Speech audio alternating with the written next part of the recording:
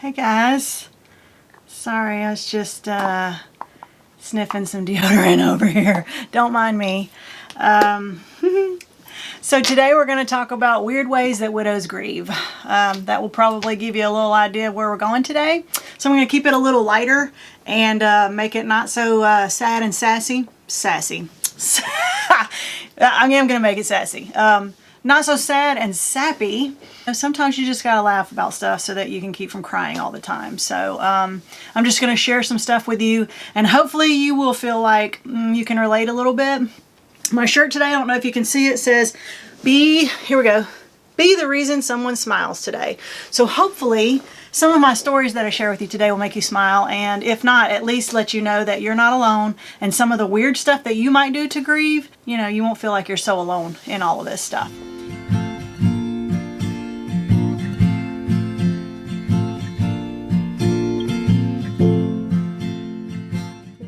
If you're having thoughts or feelings of self-harm or suicide, please call the National Suicide Prevention Hotline at 800-273-8255. First of all, I want to thank all of our subscribers. When I wrote this script that I was going to read from, I wrote down that we had 74 subscribers.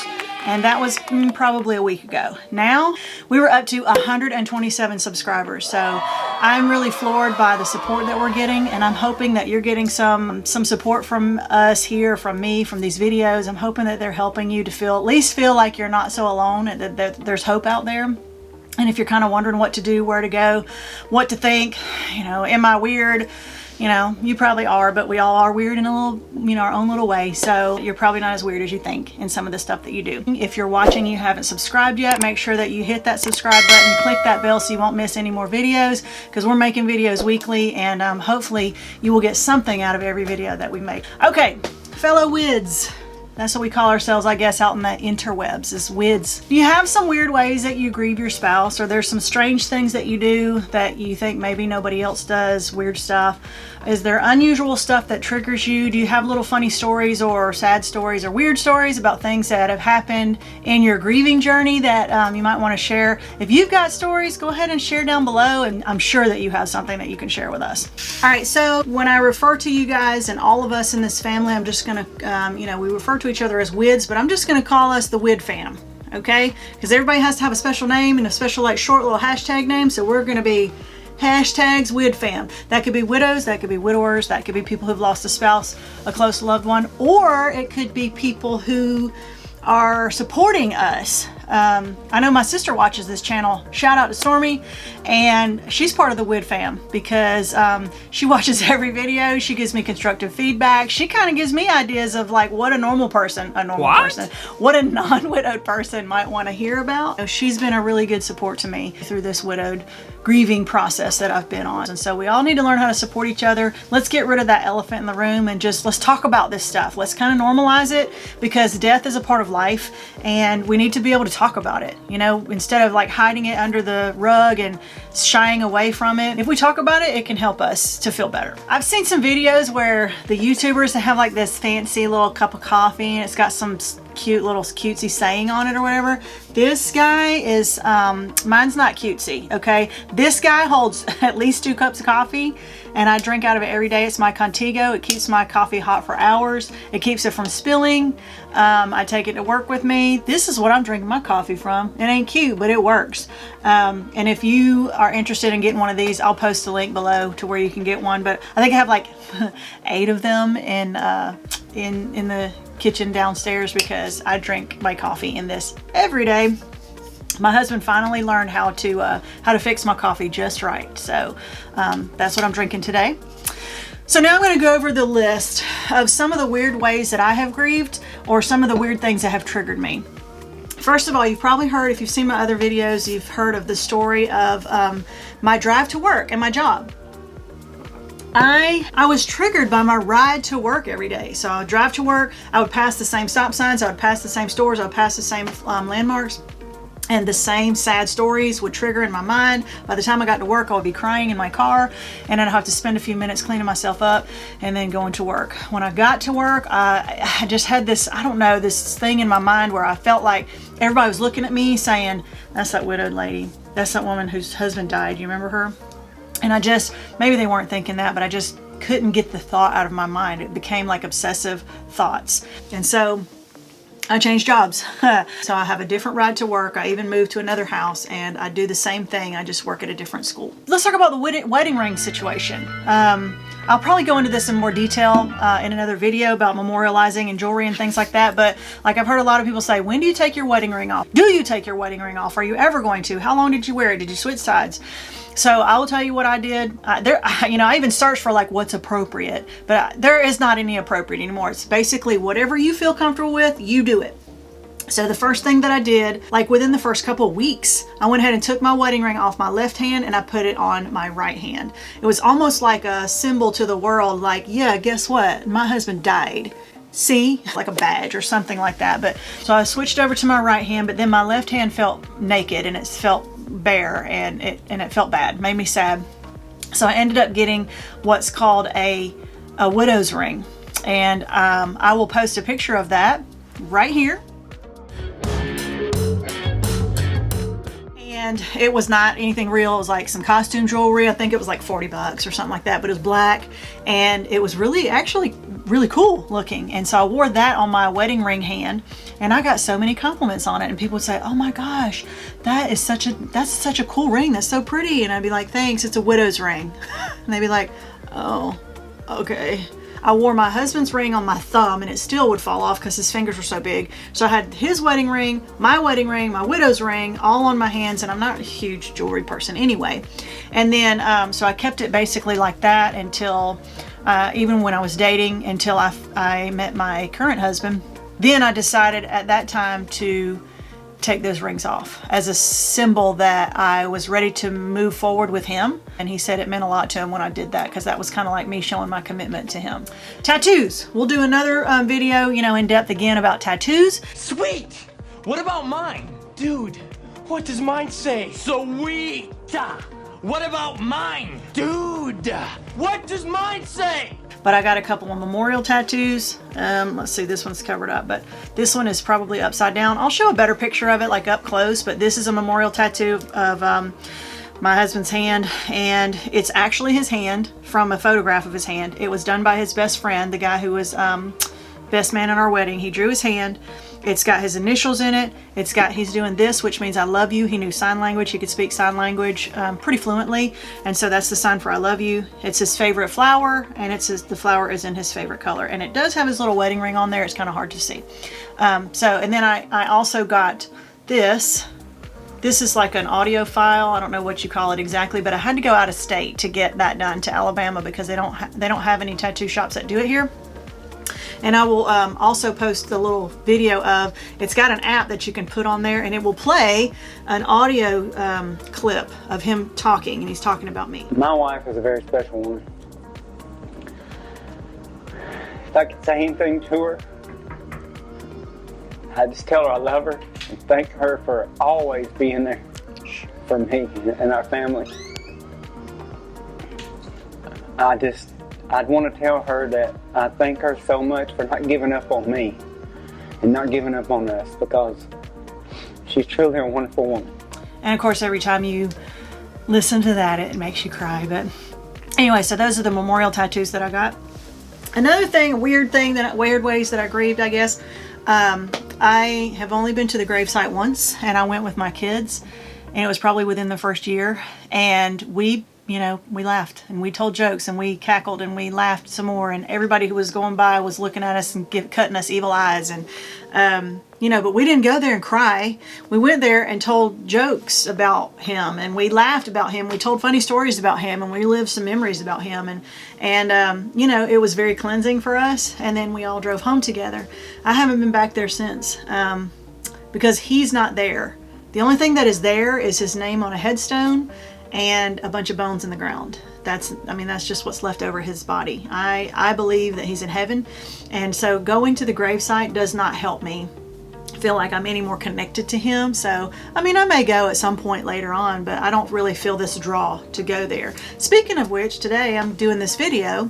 My current husband, he's also widowed, and it's his late wife's birthday today. She would have been 51. And so while I'm filming right now, he is at the cemetery visiting her. Her grave is not very far from us, and so he kind of visits, I don't want to say often, but you know, he probably goes there once every couple months, and you know, that's what he does. It doesn't bother me. That's what he does, and it makes him feel connected to her, or it helps him to kind of clear his head and think about things, and so he kind of goes there and has quiet time with her, and that's his time. And you know, it doesn't bother me, it's fine. Weird ways that we grieve is my kids and I, we have very dark humor, and my sister, when we are talking about things at home.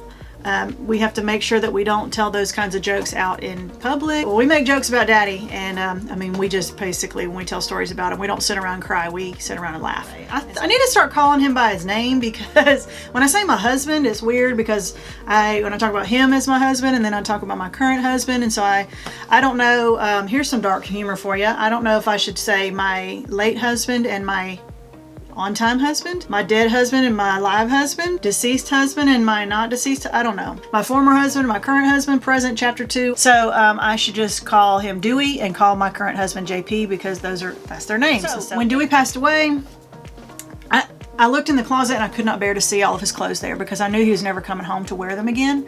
And so I got rid of his clothes, like within the first week. Got rid of everything, except for I kept a couple shirts, you know, that mean a lot to him. I kept his army uniform, I kept his referee shirts, you know, things that have symbolism. But like his regular shirts and jeans and clothes and boots and you know, all that stuff, I just got rid of it. And because it was just making me sad, and I couldn't bear to look at it anymore. When I cashed his life insurance check, I got the life insurance check, and I was like so afraid that I was shaking in my hands. I was so afraid that I would hold on to it and it would fly out the window on the way to the bank, or like in some kind of weird, you know, tick or something, I would just rip it up. And I don't know, that, you know, it's just a weird compulsion or whatever, but I felt kind of strange. And then when I got to the bank, I was like hiding it, because I didn't want anybody to see it was a really big check, and I didn't want to just go to the, you know, the teller. So I had to ask to go inside one of the little rooms, and like I was shaking when I was giving it to him, and I went to go put it in there, and then of course, you know, as soon as I tried to deposit it, I broke down. So, because I felt like it was blood money. You know, I felt like the only reason why I have this money is because he died. Are you okay? You know, they gave me a tissue. That's about all they know to do. So, also, when I closed on the house, I used the insurance money to purchase the house. Even in death, he was providing for his family still. So that's the way I see it. But when I was going to sign, it was just really bittersweet, you know, because I felt really guilty. While I was driving there on the way to sign to close on the house, our wedding song came on the radio. You know, started crying. And so I guess that was like a little sign for him to let me know that it was okay to appreciate the fact that I had this home that he had provided for us. To take the kids. I went to take the kids to the dentist, and he was always the one that took the kids to the dentist. He did all that stuff because he was a stay-at-home dad. I was working, he was at home, he was homeschooling them, he would take them to the dentist, he would do all the grocery shopping, and did all that stuff. And so he knew their schedule and what they needed to do, because I was being 2 parents at once. I still had 4 kids at home. And so the first time I finally went and took them to the dentist, you know how they try to guilt you. You go to the dentist and they're like, so you know it's been 2 years since you've come to the dentist. They try to guilt you and make you feel like crap. The reason why you make money is because my kids have cavities. Okay, so why don't you just thank me? But anyway, so I went in there and the woman was like, well, you know, it's been X number. It's been 2.5 years or whatever it was, you know, since your kids have been to the dentist. I'm like, okay, well, I'm here now. Okay, and she's like, well, you really need to make sure that you get them on a better schedule. And I went off on her. My husband used to do all this stuff. He did everything, and I didn't know how to do any of this stuff, and he died, and so he can't bring him to the dentist anymore. It's all on me. And so she grabbed my hands. It's okay. And I think she didn't know what to do, and she felt like if she didn't calm me down right in that moment, that she was probably going to have to call security on me. Like, I know it's your job to guilt everybody into getting here and all this, but I'm doing the best I can. So when you judge somebody for what they're going through or what they're doing, you don't know what they're going through. You don't know what kind of struggles they're having when they walk through your door. So before you decide to judge somebody or criticize what they're doing, realize that you don't know what their life is like and you don't know what they're going through. Let's see. The next one, toiletries. I could not throw away any of his toiletries for like the longest time. Medicine, shampoo, his soap. I finally have been able to throw away most of it, but as you saw in the beginning of the video, Okay, so this is his deodorant. This is his actual deodorant, and this is still on my bathroom counter. And so I don't really smell it all that much, but you know, I sniff it every once in a while. You know, smell is supposed to be the strongest link to memory, and my daughter has one too, and so she keeps one. I remember him by the smell of his aftershave and his deodorant. So there's his deodorant. I still sniff it every once in a while. Let's see. Right when he found out that he was sick, we went on a Valentine's Day romantic. You know, we went and got couples massage, pedicures. It was the first time he'd ever gotten a pedicure, and I'll put a little video of him on what he said about it. What? Alright, this is Daddy's first pedicure ever. He is in for a treat. He's waited too long to get this done. He is going to love it. I don't know. It's good so far. I'll let you know. And he loved it. But anyway, I got this maroon kind of color on my toes, and I got gel, and that stuff never comes off. That toenail polish, I could not bear to have it removed, because every time I looked at it, it brought me back to that moment where we had that pedicure together, right when he found out he was sick. So I kept that toenail polish on until it grew off. I really don't know, but I think it probably took around a year before it actually grew all the way off. And the last time I cut the last color off and there was no color left, I had like a little moment, and I cried a little bit on some toenail polish. I don't know. It's just weird things trigger you. He used to go to all of his, all the girls' basketball games. The girls play basketball, the boy does not. The first year that our oldest daughter played basketball after he died, was the first time he had never been to a game of hers. She was 15 when he died. And so she was 15, 16 that year when she was playing basketball. It was the first time he'd never been to a game since she was 8 years old. And so I took we used to wear jerseys that had her number on it that matched for the school. And so I would wear my jersey and he would wear his, and mine was white and his was green. So I wore my white jersey to her first game, and then I put his green jersey in the chair next to me, in the empty chair next to me, and I put that there to watch her play her first game.